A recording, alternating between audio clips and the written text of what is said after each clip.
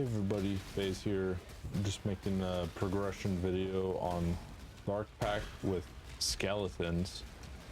Couldn't find much YouTube content about this specific build, even though there's a couple people making it on Pee-wee Ninja, and I was able to find some guides, but not being able to really see videos or gameplay or have any other direction can definitely shy people away from builds. So I thought that I might as well throw my skeleton into the mix and see what happens. Before we get into the build specifics and where I am and what I've done, I just wanted to go over like where I'm getting my information from, so you're not just trying to believe me, this random guy you met on the internet. First place I got inspiration from is a guide by Cheap Bunny on the forums. He's originally made the guide in 3.26 Mercenaries when Pragmatism came out, and we'll go over why Pragmatism and King of Kulamak is here later, but this guide is the main source of ideas and initial inspiration for this build. The only thing I'm concerned about is, if you scroll down here to the defenses, these are kind of concerning, and I'm already having defense issues. Granted, that's because of bad gear, but we'll get to that. So if it gets really bad, I might look towards Gazi's Elementalist version. He does have a Necromancer low budget and medium budget version, but at the point that I would be swapping, it would be better to just go with the Elementalist version for block, global defense scaling, and be able to go CI instead. The other point of inspiration I'm getting, somebody in this league actually followed Cheap Bunny's guide already and basically did it one for one, and they used some of the new exceptional supports that have come out that weren't reflected in the guide. So it's been great to be able to look and realize, oh, overloaded and intensified does make a lot of sense, because I probably wouldn't have looked at this otherwise. Going back to my actual character, it's level 69. I just got out of campaign and bought the gear and did like one map just to make sure that I wasn't going insane yet. Started with about 4 div from my previous character. Wasn't really enjoying it, so I was like, let's just make a little bit of money and swap rather than trying to push that character further. My current gear ranges from fine to what I want to a placeholder. So I have a Pragmatism with the +1 level of socketed gems corruption with a, well, I guess we'll go over the gems later, but and I also have a King of Kulamak. Unfortunately, it is a near minimum roll modifier magnitude, which kind of sucks, and the Arcane Surge when you kill an enemy, unfortunately, basically a wasted stat. It is still usable though, so it's unlikely to be upgraded soon. When I was looking at gear, I was mostly looking for life, resistances, and spell suppression, and evasion if possible, which just kind of comes with the spell suppression. These gloves are the gloves I was able to get. This ring is also a good one. It was able to finish off my resistances and then get a little bit more minion life. And I will be swapping that max life prefix with craft with a minus mana cost, because that's the problem I'm hitting right now, is just not enough mana. This other ring will also be crafted with minus mana cost. I was able to get a pretty good utmost.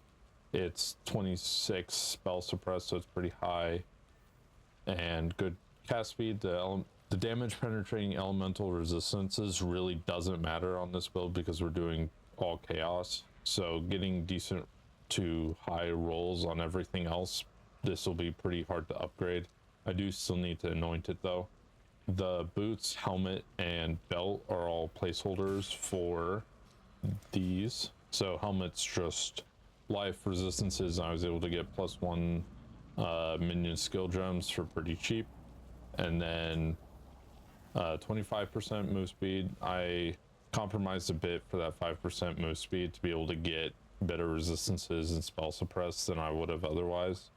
And then I will be switching the belt to this so that I can have a lot more energy shield, and Supreme Decadence will be nice as well. Not being high enough level is definitely impacting being able to put these on, as well as I have 2120 Dark Pact and Summon Skeletons that will increase my damage by a lot, along with I can't even equip Overloaded Intensify or Greater Chain. Greater Spell Echo is incredibly expensive for me right now, so that's not in the cards for a while. Eldritch Blasphemy, same thing.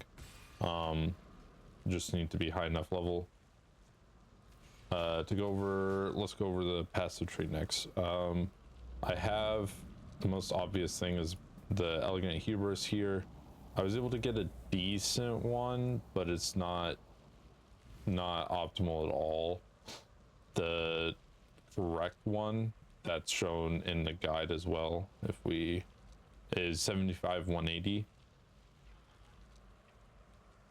It basically has all of these, as well as these have minion life or spell damage, which are just adds up to a lot. So instead I had to compromise for mostly minion life.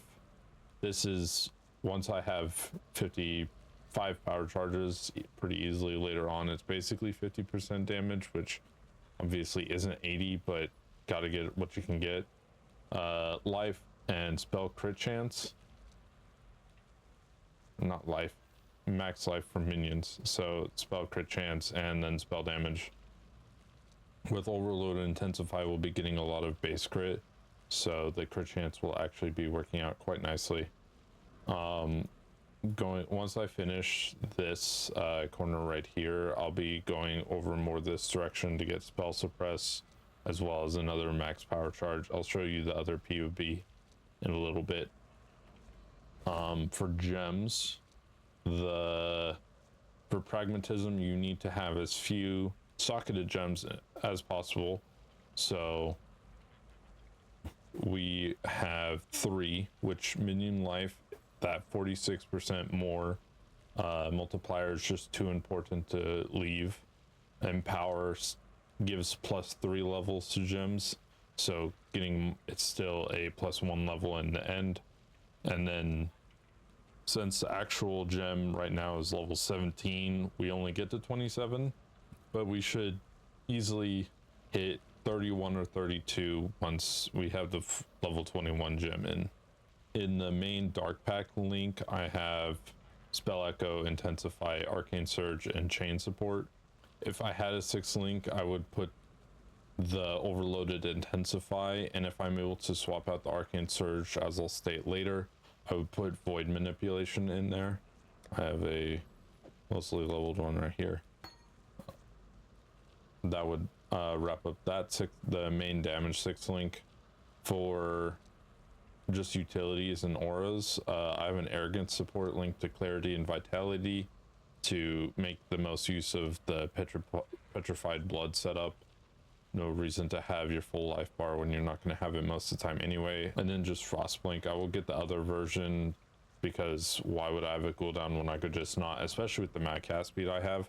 I just haven't gotten around to it. When it comes to our aura, for our mana links, I have Purity of Elements, Despair with Blasphemy, which will eventually be swapped for Eldritch Blasphemy, with an Enlighten to get just enough mana to be able to realistically, plus Petrified Blood just by itself in this ring gives me just enough to be able to use my skills.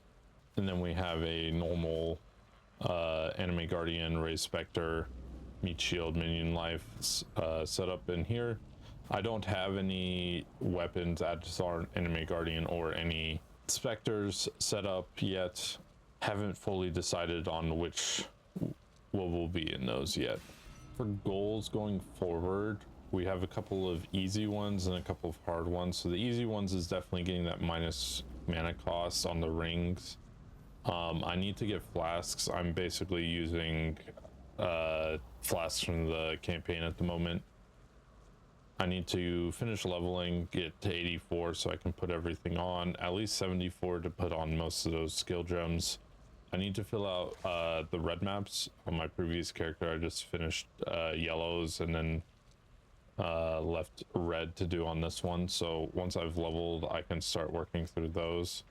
I need to do Uber Lab to get my final ascendancy points to put into Forbidden Power for better power charge scaling for more AoE and such. A Forbidden Flame and Flesh for Mindless Aggression if we go to POB. Mindless Aggression gives 20% more life to minions, which is a pretty big damage boost. There's also the option of Bastion of Elements if I'm really feeling the squishiness, but don't really want to go there if I don't have to.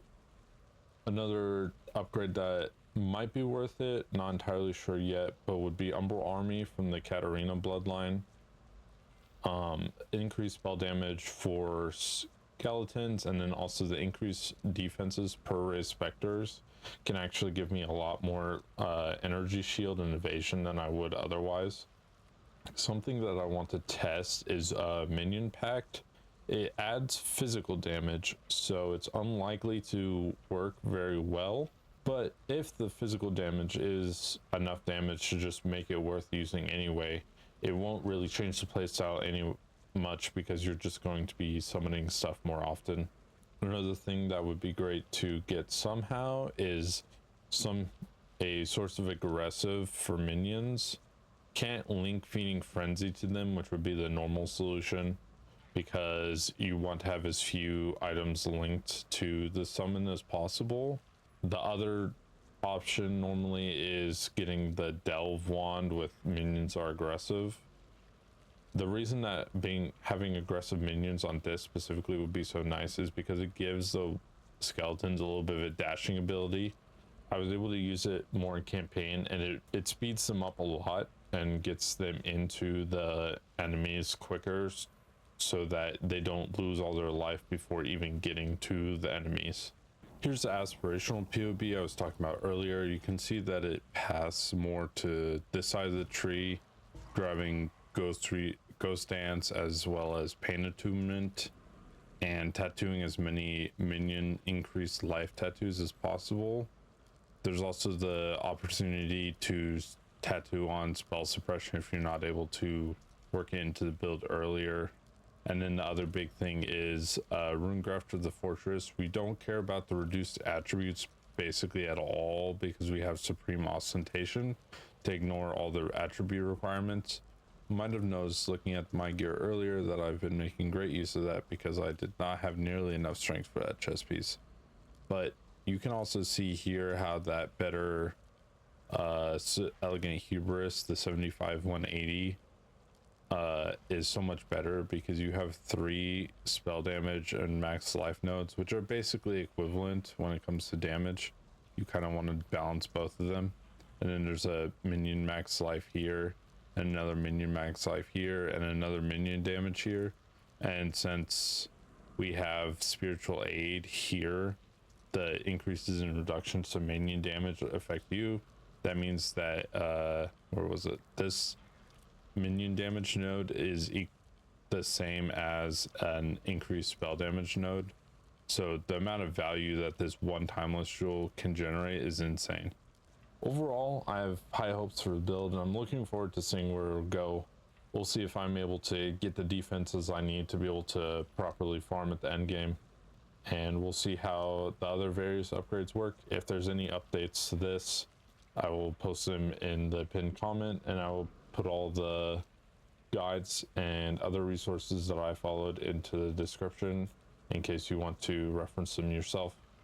Well